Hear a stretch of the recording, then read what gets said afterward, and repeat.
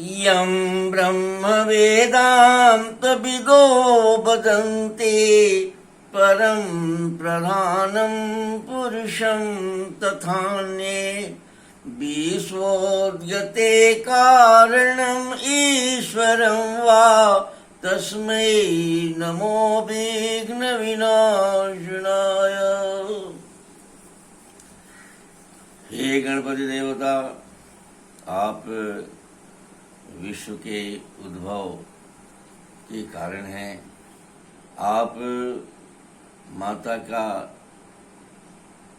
पुत्र के रूप में जगत में, भारतवर्ष में पहचाने जाते हैं। आप विवेक हैं। आत्म तत्व के बाद आत्म तत्व के रूप में प्रत्येक मनुष्य में सोल, स्पिरिट, आत्मा के रूप में जो माता प्रत्येक जीव में, प्रत्येक पुरुष में, प्रत्येक पेड़ पौधों में वर्तमान है,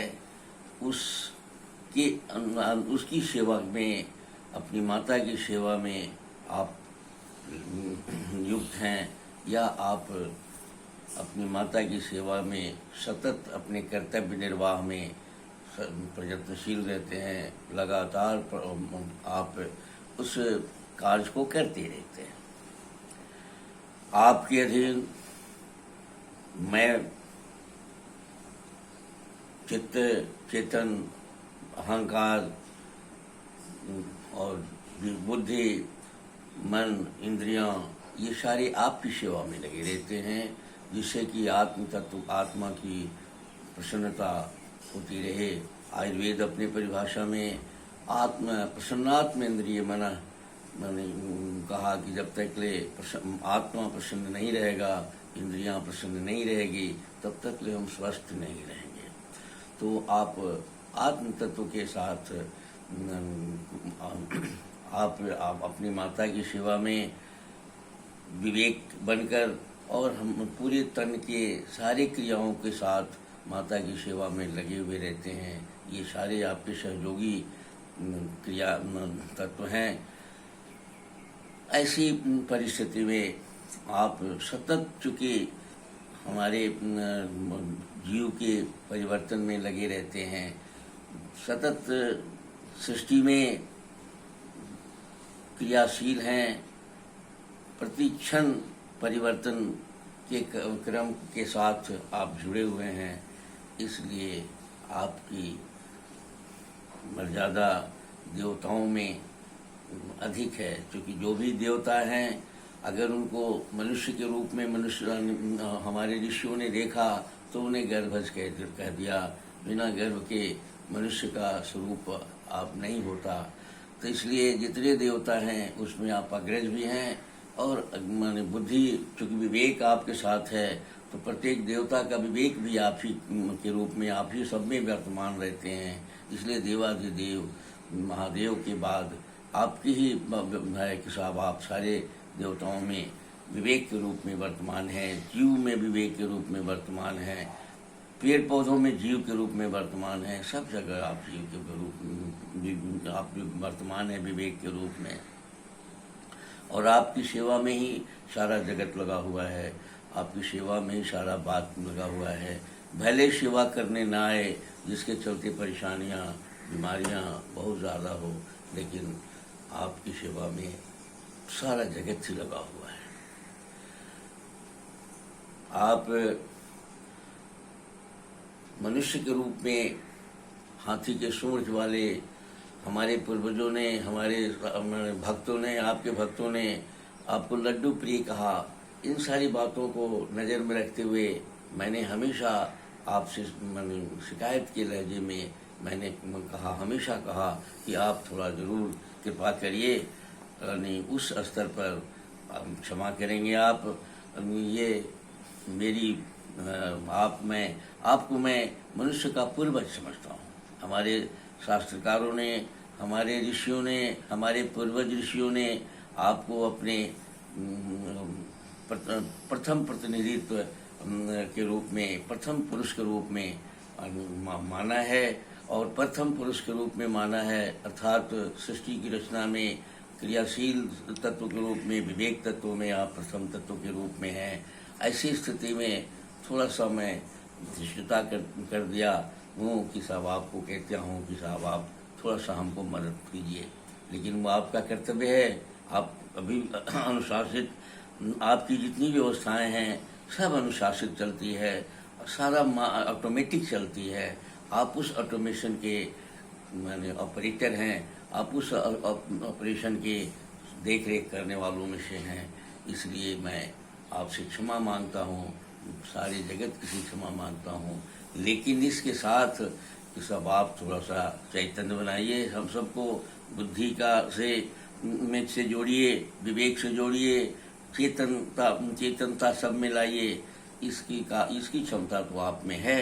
इसलिए ये मांग के साथ आज मैं क्षमा मांगता हूँ आपसे कि आप ध्यान नहीं देंगे और मनुष्य को थोड़ा सा हम सहयोग करें, स्वस्थ बनाने की कोशिश करें। आप कृपालु हैं, कृपालु जो भी होता है वो क्षमा की मूर्ति होता है, और आप हमेशा अपने क्षमा के स्तर पर ही आपको देखा गया है।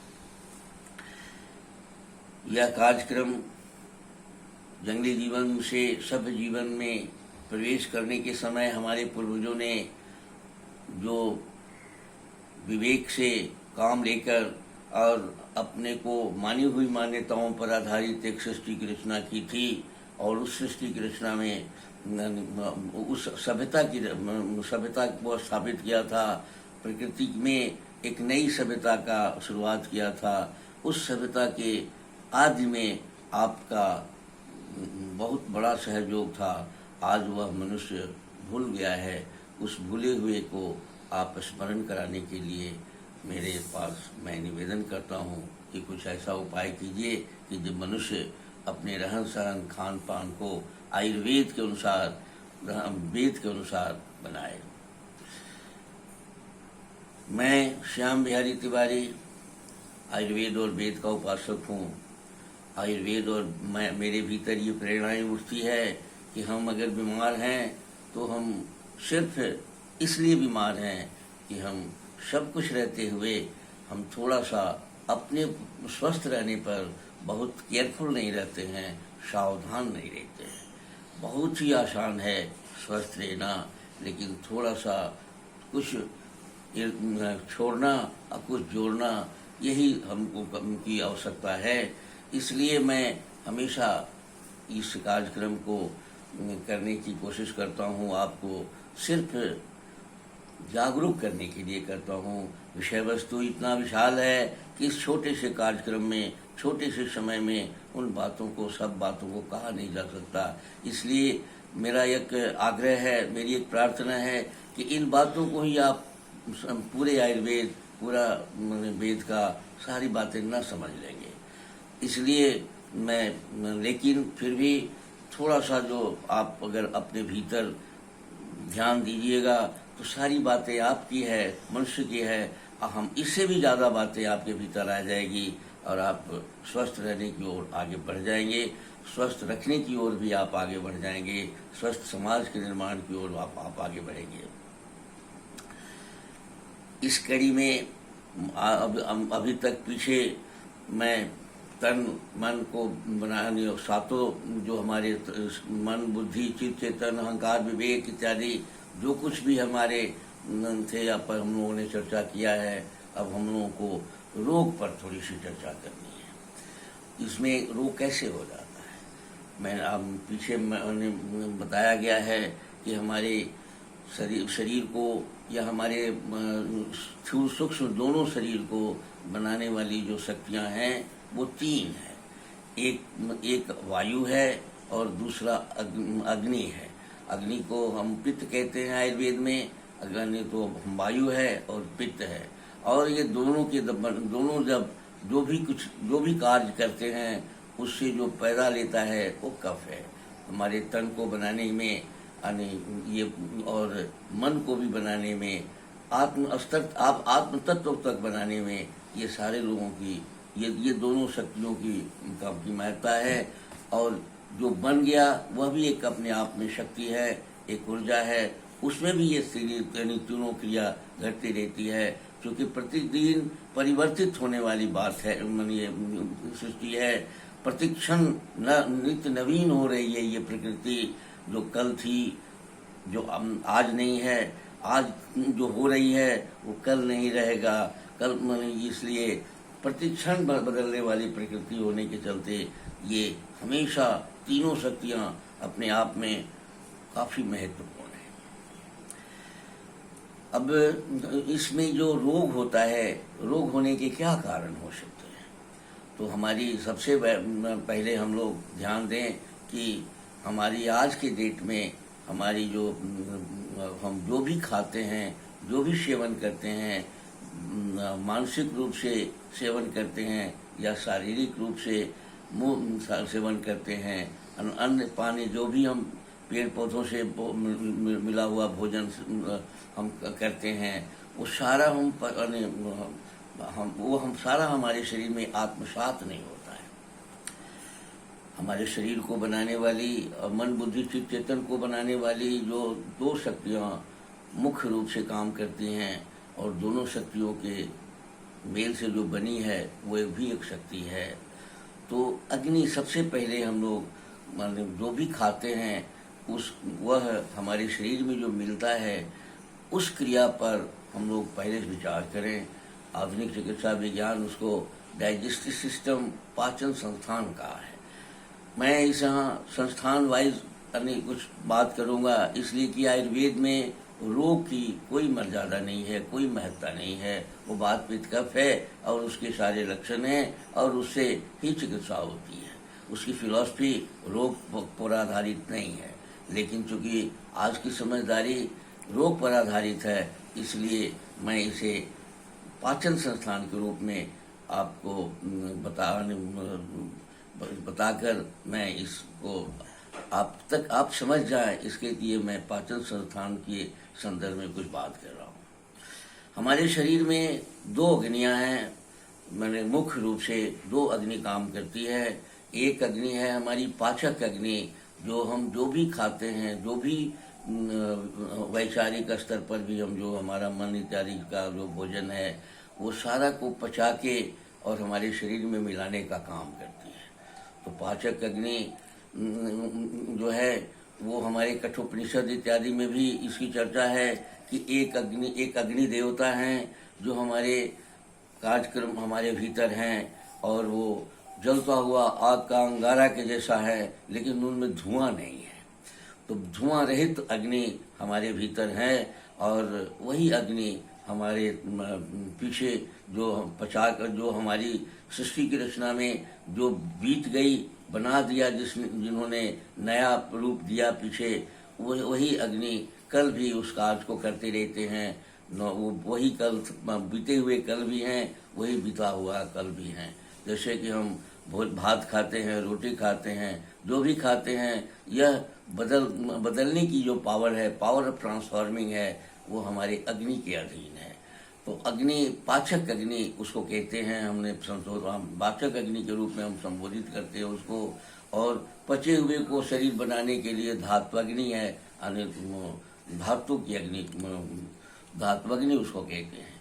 तो पाचक अग्नि पर हम अभी विचार करना है हमको।